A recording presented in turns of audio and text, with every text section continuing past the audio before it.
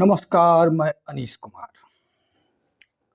जैसा कि आप आज हेडिंग देख रहे हैं, आज सबसे पहले तो इस चैनल पर मेरा पहला वीडियो है और ये टॉपिक हम लिए हैं कि guidelines for regulation of coaching centre. ठीक है, नया गाइडलाइंस आया है कोचिंग सेंटर्स के लिए कि भाई इन गाइडलाइंस को आपको फॉलो करना है, तभी आपका कोचिंग सेंटर चलेगा, नहीं तो फिर उस पर ताला लगा दिया जाएगा। ठीक है, न्यू गाइडलाइंस कई पॉइंट्स में है और ये गाइडलाइंस लाने के पीछे जो कारण है वो बहुत सारे हैं, लेकिन उनमें से एक प्रमुख कारण ये है डिक्रीज स्ट्रेस ऑफ स्टूडेंट्स। मतलब स्टूडेंट को बहुत स्ट्रेस है, आज के जो कोचिंग कल्चर है उसको लेकर के स्टूडेंट को बहुत स्ट्रेस होता है, जिसकी वजह से स्टूडेंट लोग अपने जीवन को नष्ट कर देते हैं। ऐसा बहुत सारा केस आया है जगह जगह से, खास करके कोटा से।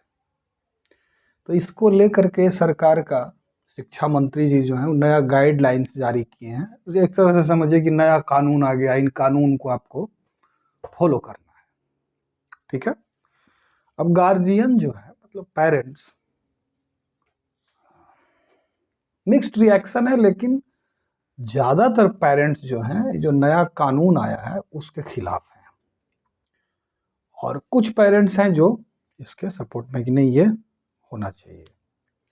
जितने भी शिक्षण संस्थान हैं वो सब इसके खिलाफ है। नया जो गाइडलाइंस आया है वो गाइडलाइंस तो आप लोग ही पढ़े ही होंगे, पीडीएफ अवेलेबल है वेबसाइट पे।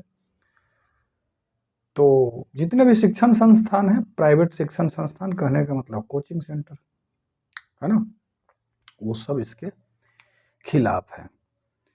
भिन्न भिन्न लोगों का जो तर्क है इसके खिलाफ वो भिन्न भिन्न है। और कुछ लोगों का तर्क मैंने देखा, मेन स्ट्रीम मीडिया में उनका वीडियो आया था, वो मैंने देखा। कुछ पेरेंट्स का रिएक्शन है कि भाई ये तो गलत हो गया, ये तो भाई अब डिक्टेटरशिप हो गया, फासिज्म हो गया, अब हमारा बच्चा कहाँ पढ़ेगा, नहीं पढ़ेगा, हाँ पढ़ेगा, कब पढ़ेगा, सब अब सरकार तय करेगी, तो हम लोग क्या करेंगे। किन्हीं पेरेंट्स का विचार था कि भाई अब कोचिंग जाने से आप मेरे बच्चों को अगर रोक रहे हैं तो आप कोचिंग दिलवाइए।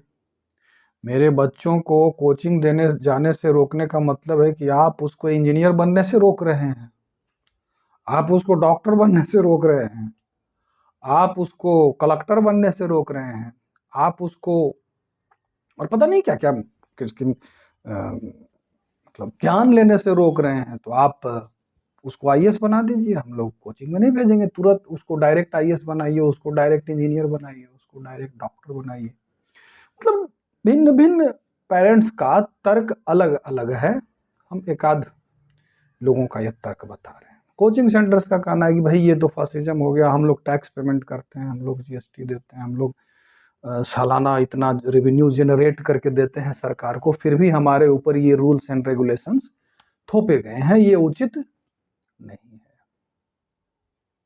मेरा प्रश्न ये है कि जब प्रमुख कारण क्या है कि स्टूडेंट के ऊपर बहुत स्ट्रेस है, उस स्ट्रेस को कम करने के लिए हम ये रूल्स एंड रेगुलेशंस लाए हैं। यहाँ रूल्स रेगुलेशंस हम नहीं लिखे हैं, पीडीएफ डाउनलोड करके आप लोग देख सकते हैं या फिर हम नीचे लिंक में डाल देंगे। चलिए ठीक है, ये कारण है और इसका इलाज जो है दिया गया है कि ये कारण है, मतलब स्ट्रेस है, और इसका उपाय क्या है। तो जो रूल्स एंड रेगुलेशंस बनाए गए हैं वो इसके क्या है, समाधान है। सबसे पहला प्रॉब्लम ये है कि ये स्ट्रेस जो स्टूडेंट के ऊपर आता है ये किस कारण से आता है, उस कारण को पहले समझते हैं, तब हम लोग सोचेंगे कि उस कारण का समाधान क्या है। हमारे शिक्षा मंत्री को और हमारी सरकार को ये लगा कि उसका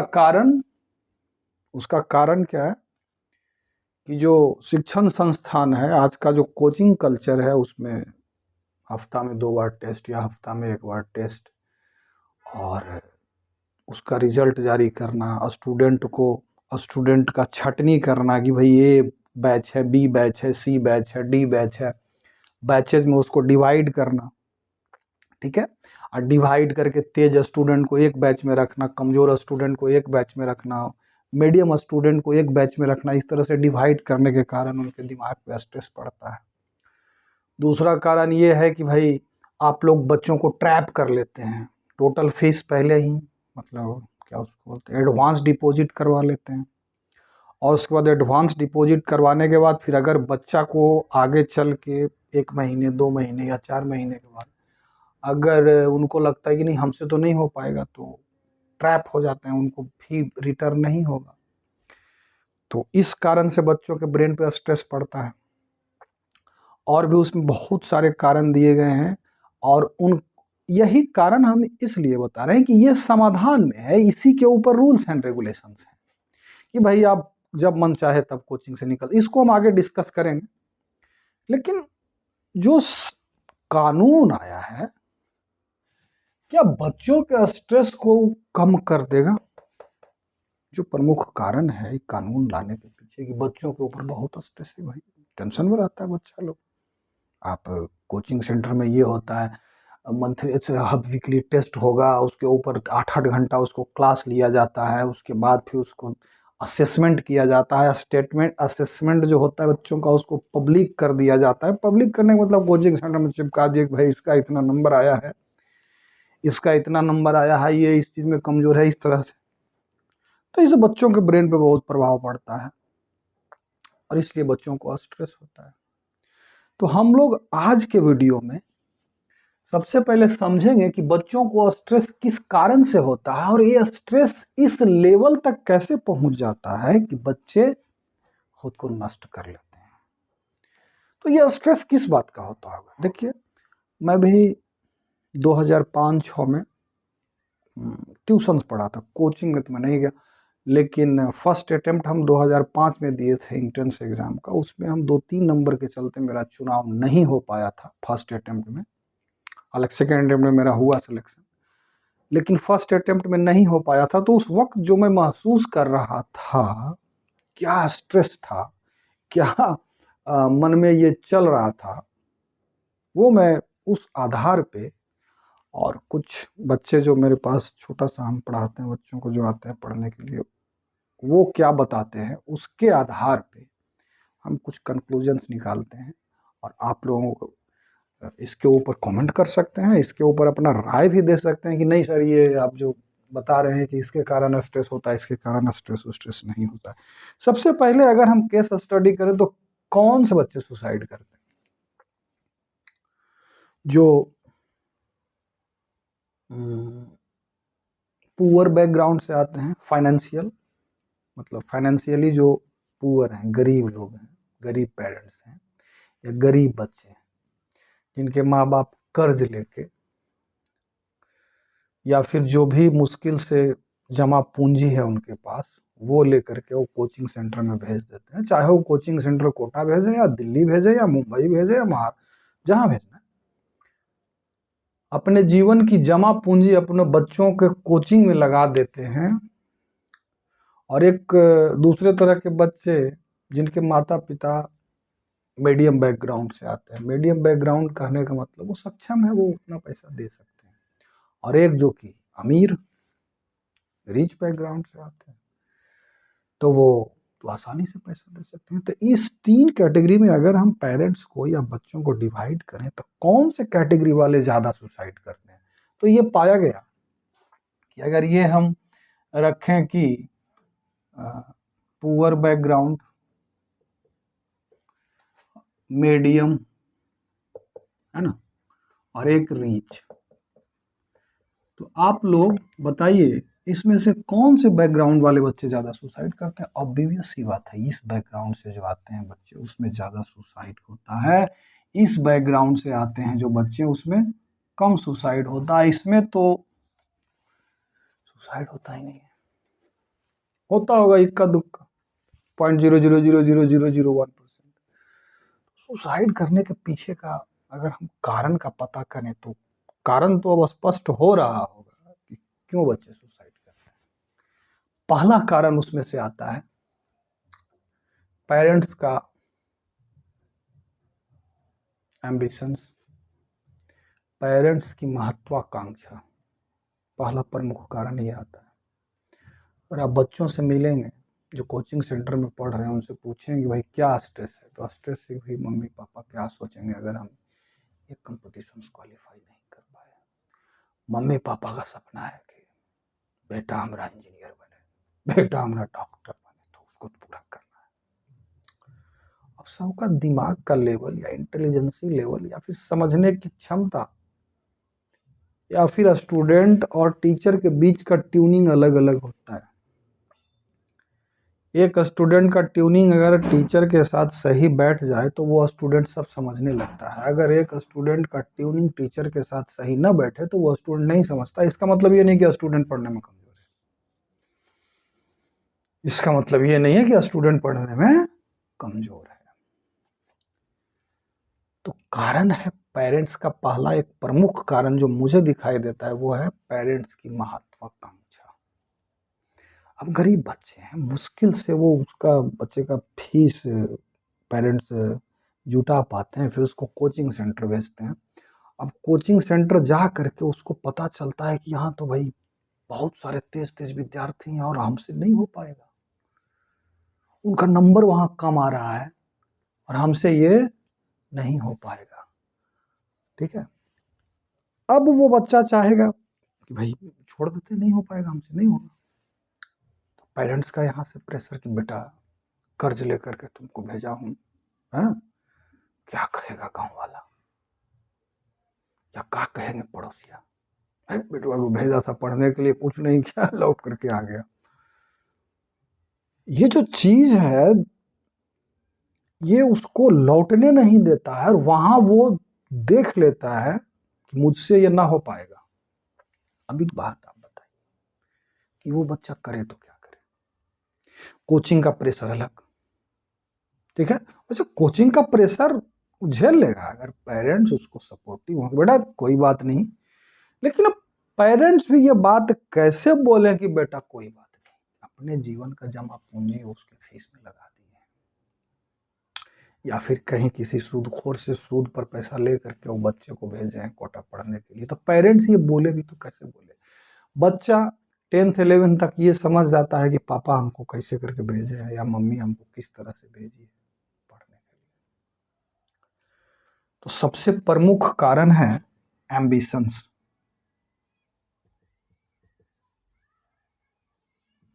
अब इसको जरा सा प्रैक्टिकली और समझते हैं कि किसी भी, चाहे वो इंजीनियरिंग एंट्रेंस एग्जामिनेशन हो, मेडिकल एंट्रेंस एग्जामिनेशन हो या सिविल सर्विसेज का एग्जामिनेशन हो या कोई और एग्जामिनेशन हो, सीट तो लिमिटेड है। अब 100 सीट है और 1 लाख बच्चा उसमें अपीयर हो गया। कितना बच्चा? 1 लाख बच्चा। सिलेक्शन कितने का होना है? 100 का होना है। तो अब आप मुझे बताइए कि 99,999 बच्चा जो है उसको तो छटना ही छटना है। तो अटल सत्य है, 99,999 बच्चों को हटना ही हटना है। सीट चूंकि 100 ही है, उनको तो हटना ही हटना है। तो प्रैक्टिकली सिर्फ 100 बच्चों का सिलेक्शन होगा। ये पेरेंट्स क्यों नहीं समझ पाते कि जिस कोचिंग सेंटर में या जिस फैक्ट्री में हम बच्चों को भेज रहे हैं और जिस कंपटीशंस के लिए भेज रहे हैं वहाँ सीट लिमिटेड है। वहीं 10-12 लाख बच्चा है, जहाँ फैक्ट्रिया में जहाँ भेजे हैं 10-12 लाख बच्चा पढ़ रहा है। वहाँ से सिलेक्शन कितना का होगा? तो 10,000 20,000 का होगा। जिस वक्त हम क्वालिफाई किए थे उस वक्त तो 7 ही थे। अब तो पता नहीं 30 हो गया है कि 32 हो गया है, जितना स्टेट उतना इंस्टीट्यूट है। तो पेरेंट्स का बहुत बड़ा योगदान है बच्चों के ऊपर जो ये स्ट्रेस है इसको लाने में। इसके बाद सेकंड पोजीशन, पहला हम पोजीशन देंगे स्ट्रेस के लिए पेरेंट्स का। भाई 98-99% लाओ तब तो ठीक है, नहीं लाओगे तो फिर तुम क्या करोगे? जीवन में कुछ करवे नहीं करोगे। पहला पॉइंट पेरेंट्स। दूसरा है सपना। अब आप लोग कहेंगे तो क्या बात कर रहे हैं, सपना नहीं देखेगा तो क्या करेगा? मेरा कहना है सपना बिल्कुल मत देखिए, इंटरेस्ट देखिए आप। दूसरा है ड्रीम, ख्वाब। अब बहुत डायलॉग इसके ऊपर चलता है, सपने वो नहीं होते जो रात में देखे जाते हैं, सपने तो वो होते हैं जो दिन में देखे जाते हैं। ये दिन वाला जो सपना होता है ना, ये स्ट्रेस का बहुत बड़ा कारण है। ये दिन वाला जो सपना है ना, स्ट्रेस का बहुत बड़ा कारण है। तो दूसरा जो प्रमुख कारण है, ये ड्रीम है। ड्रीम देखना बंद कीजिए, इंटरेस्ट देखिए, आपका इंटरेस्ट किस चीज में है। ठीक है। तीसरा तीसरा जो कारण है, अब तीसरे कारण में आता है कोचिंग सेंटर का पोजीशन। कोचिंग सेंटर भी बहुत स्ट्रेस देने में कोई कोताही नहीं बरतता है, बहुत तरह तरह का स्ट्रेस देता है। जैसे कोचिंग सेंटर किस तरह से स्ट्रेस देता है, 8-8 घंटा पढ़ाएगा, लास्ट में तो जब जैसे कि मान लिया 1 साल का कोर्स है, तो शुरू शुरू में तो बड़ा धीरे धीरे चलेगा भाई, हाँ, बड़ा स्लो स्लो भाई, हाँ ये पढ़िए समझ में आया, हाँ बस चलो, हाँ भाई समझ में तो आ गया। अब धीरे धीरे वो स्पीड बढ़ाएगा, लास्ट में जाते जाते जब 2-3 महीना बच जाता है, तो इतना खींचता है, इतना प्रेशर डालता है, बच्चा लोग कर नहीं पाता है उसको, उसका स्ट्रेस उसके ऊपर होता है। हाँ, लेकिन हम इस स्ट्रेस को हम कम मानते हैं, क्योंकि मेन सबसे बड़ा जो मेंटली उसको तोड़ता है, वो ये तोड़ता है पेरेंट्स का एम्बिशंस, महत्वाकांक्षा, और दूसरा ये उसका अपना ख्वाब। अब किसी लाभ, अब कोई यूपीएससी का तैयारी कर रहा है, किसी लाल बत्ती वाले को देखा, अब तो भैया हम तो आईपीएस बनेंगे, हम आईएएस बनेंगे। हाँ, और सोसाइटी भी इसमें, पेरेंट्स के साथ साथ इसमें सोसाइटी का भी बड़ा रोल होता है।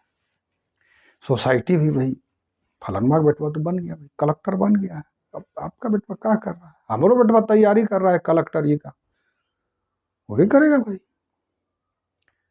तो ये सोसाइटी भी प्रेशर डालता है, और बच्चा का अपना बता रहे हैं ड्रीम। ये सब फैक्टर मिल करके बच्चे के दिमाग को स्टक कर देता है।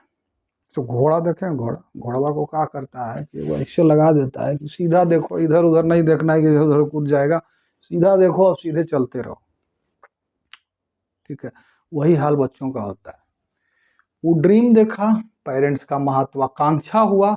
किसी केस में तो ऐसा भी होता है कि पेरेंट्स कहते हैं ना ना ना, तुमको यही तो करना ही नहीं है, तुमको करना है तो यही करना है, नहीं करना है तो छोड़ दो पढ़ाई लिखाई, अपना आराम से घर में बैठा। वो अच्छा बोलता है हमको ये करना है भाई, ना ना ना ना ना, तुमको ही नहीं करना है, तुमको यही करना है, तुमको ए नहीं तुमको बी करना है। बच्चा करना चाहता है, ये सब भी प्रॉब्लम है, लेकिन उतना ज्यादा प्रॉब्लम नहीं है। मेन रोल प्ले करता है ये दो चीज, सपना और महत्वाकांक्षा। अब आप मुझे बताइए कि इन दो चीजों से कैसे बचा जाए, और सरकार इसके लिए क्या कदम उठा सकती है। सोचिए इसके ऊपर और कमेंट्स में डालिए कि इसके ऊपर सरकार को क्या कदम उठाना चाहिए कि पेरेंट्स का महत्वाकांक्षा बच्चे के ऊपर हावी न हो, और बच्चे का सपना भी उसके ऊपर हावी न हो। अब आप लोग इसके ऊपर थोड़ा सा सोचिएगा कि सर आप इस सपना जो डाले हैं ना, ये तो आप गड़बड़ कर दिए, सपना तो देखना नहीं नहीं नहीं नहीं, नो नो नो, सपना मत, सपना बर्बाद करता है इंसान को। जिसका पूरा हो गया तो आनंद है, वो क्या है, आनंद है। जिसका पूरा नहीं हुआ उसका दुर्गति है। अब आप कहिएगा दुर्गति 100%। और ठीक है, तो इसको दूर कैसे किया जाए, इस पर अब आप लोग सोचिए, विचारिए और कमेंट में डालिए कि सर इसका ये, और इसको दूर कैसे किया जाए, इसका निदान क्या है। अब सरकार जो कानून लाई है, guidelines and regulations of coaching centre, क्या वो जो कानून लाई है सरकार, क्या वो इन सब समस्याओं को हैंडल कर रहा है, कि सरकार का मंशा कुछ और है। कोचिंग सेंटर के ऊपर अंकुश लगाने से बच्चों के ऊपर स्ट्रेस कम जाएगा, क्या उसका सपना देखना बंद हो जाएगा, क्या पेरेंट्स का महत्वाकांक्षा कम हो जाएगा। अगर कोचिंग नहीं भेजा जाएगा तो लोग ट्यूशन भेजेंगे, घर पे बुलाएंगे, है? या फिर छोटा छोटा ट्यूशन भेजा जाएगा। जो कोचिंग सेंटर एक बैच में 500 बच्चे पढ़ा रहे थे, वो अब छोटे-छोटे ब्रांच खोल देंगे, दूसरे तीसरे के नाम पे। लूपहोल है ना, आज इसमें 40-40 बच्चे पढ़ेंगे, ये लूपहोल है, वो चलेगा, स्ट्रेस पड़ेगा। समस्या का समाधान वो नहीं है, समस्या का समाधान इसको सोल्व करने में है। इसको आप कैसे सोल्व करते हैं, ये आप दिमाग लगाइए शिक्षा मंत्री जी। आप जो समाधान निकाले हैं वो बिल्कुल समाधान नहीं है, इससे कुछ नहीं होने वाला है।